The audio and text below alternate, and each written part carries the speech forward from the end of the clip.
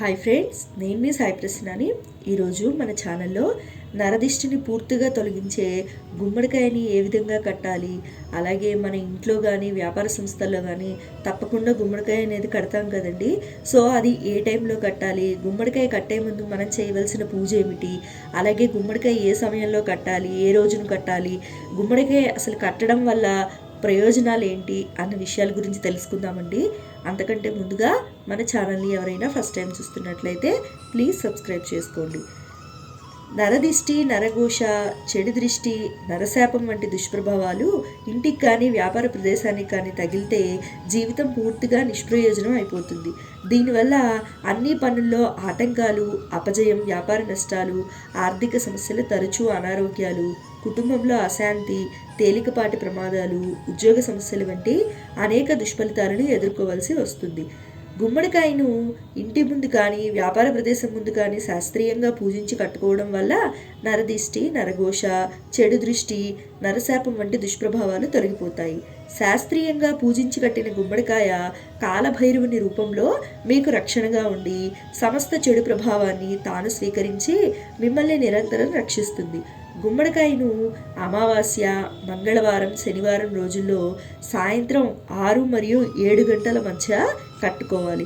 ముందుగా మచ్చలు, దెబ్బలు లేని మంచి నాణ్యమైన పచ్చని రంగు తేలిన గుమ్మడికాయని కొనుగోలు చేసి తీసుకురావాలి.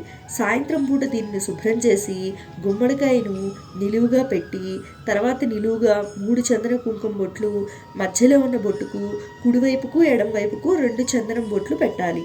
అంటే మొత్తం 5 బొట్లు ఈ పద్ధతిలో గుమ్మడికాయకు పెట్టాలి. ఆ తర్వాత గుమ్మడికాయ ముందు 2 దీపాలు వెలిగించి ధూపం వేసి కొన్ని బెల్లం ముక్కలు నివేదనగా పెట్టాలి. హారతి ఇచ్చి ఓం కాలభైరవాయ నమో నమః అన్న మంత్రాన్ని కనీసం 11 సార్లు చెప్తూ అక్షతలు చల్లుతూ ఈ గుమ్మడికాయను కాలభైరవ స్వరూపంగా పూజించాలి. ఈ విధంగా పూజ చేసిన బూడిద గుమ్మడికాయను ఇంటి ముందు కానీ వ్యాపార ప్రదేశం ముందు కానీ నల్లని దారంతో వేలాడదీయాలి. గుమ్మడికాయకు నివేదించిన బెల్లం ముక్కలను నీళ్లలో కలిపి ఏదైనా చెట్టు మొదల్లో పోసేయాలి. ఇలా శాస్త్రోక్తంగా పూజించిన గుమ్మడికాయ కాలభైరవుని రూపంలో ఇంటికి కానీ వ్యాపార ప్రదేశానికి కానీ రక్షణగా ఉంటూ నిరంతరం నరదిష్టి, నరఘోష, చెడు దృష్టి, నరశాపం వంటి దుష్ప్రభావాలు ఇంటిపై, వ్యాపార ప్రదేశంపై పడకుండా కాపాడుతుంది.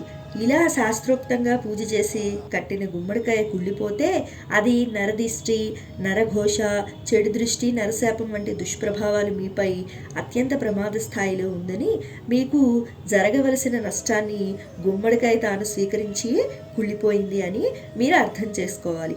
మీరు వెంటనే కుళ్ళిపోయిన గుమ్మడికాయని తీసేసి వెంటనే మరలా మరొక గుమ్మడికాయను పైన చెప్పిన విధంగా కట్టాలి. ఇలా ఎప్పుడు ఇంటి ముందు వ్యాపార ప్రదేశం ముందు శాస్త్రోక్తంగా పూజ చేయబడిన గుమ్మడికాయ వేలాడుతూ ఉంటే నరదిష్టి, నరఘోష, చెడు దృష్టి, నరశాపం వంటి దుష్ప్రభావాలు పూర్తిగా తొలగిపోయి మీకు ఆయురారోగ్య, ఐశ్వర్యాభివృద్ధి సమృద్ధిగా లభిస్తుంది.